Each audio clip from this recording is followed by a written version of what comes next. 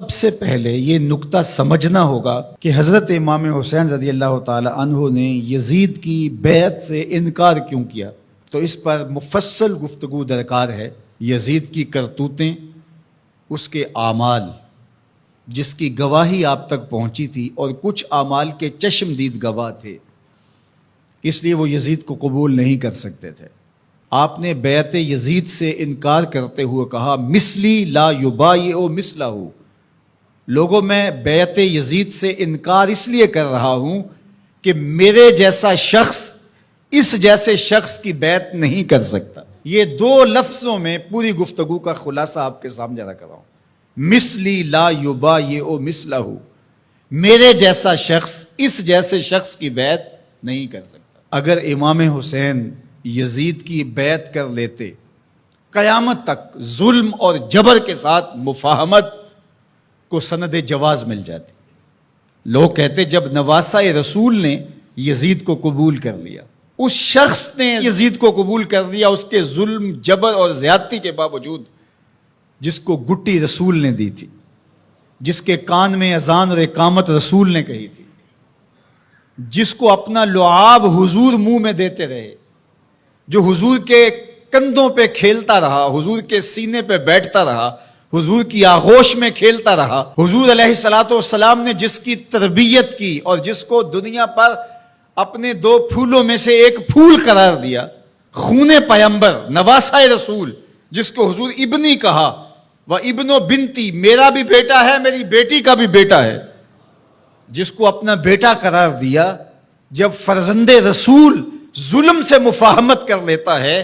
جبر سے مفاہمت کر لیتا ہے، تو پھر مجھے بتاؤ کہ قیامت تک کوئی ظلم اور جبر کے خلاف کھڑا ہو پاتا؟ ایسا راستہ کھلتا کہ بند ہونے کا نام ہی نہ لیتا۔ تو حضرت امام حسین رضی اللہ تعالیٰ عنہ نے کہا مثلی لا یبایع مثلہ، میرے جیسا شخص تیرے جیسے سے بیعت کر ہی نہیں سکتا۔ اب جو واقعہ ہونے والا ہے، جو صورتحال درپیش ہے، کربلا میں جو کچھ ہوتا دکھائی دے رہا ہے، وہ میری نظروں سے پوشیدہ نہیں ہے، میں دیکھ رہا ہوں کہ کیا ہونے والا ہے۔ آپ نے مقام بیضا پہ جو خطبہ دیا، راستے میں ایک مقام پڑتا ہے آیان و انصار کے ساتھ، اور آپ نے اس میں ایک تاریخ ساز جملہ ارشاد کیا جو آپ کے فلسفہ شہادت کو اجاگر کر دیتا ہے۔ آپ نے فرمایا لوگوں، مجھے پتہ ہے میرے ساتھ کیا ہونے والا ہے۔ ظاہر آلات حرب و ضرب لے کر کے نہیں گئے تھے، آیان و انصار اپنے ساتھ لے کر کے نہیں گئے تھے۔ نواسہ رسول آواز دیتا کہ میرے ساتھ چلو، تو کیا وہ تنہا ہوتے؟ مجھے بتائیے، اس دور میں اگر کسی کام کے لیے میں آپ کو آواز دیتا ہوں، میرے جیسا خاکسار شخص جس کی کوئی اوقات اور حیثیت ہی نہیں ہے، لیکن کتنے لوگ میرے ساتھ کھڑے ہوں گے، اور جو پیغمبر کی گود میں پلا ہو۔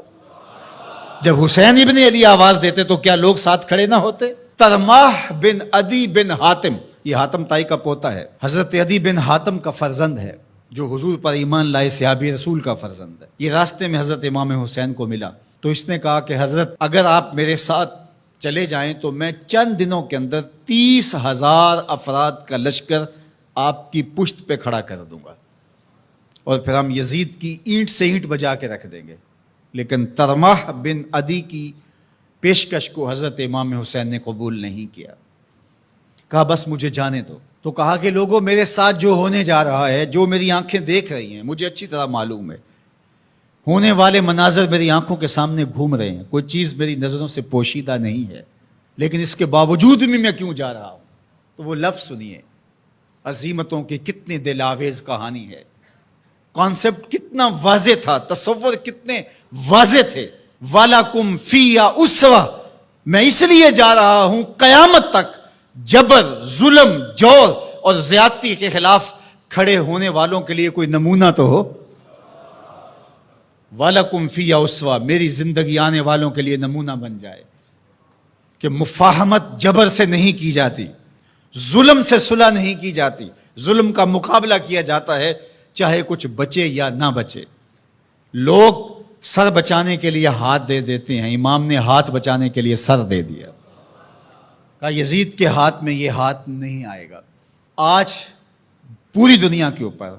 آزادی کی جتنی بھی تحریکیں چلتی ہیں، حریت فکر کی جتنی تحریکیں چلتی ہیں سارے حرارت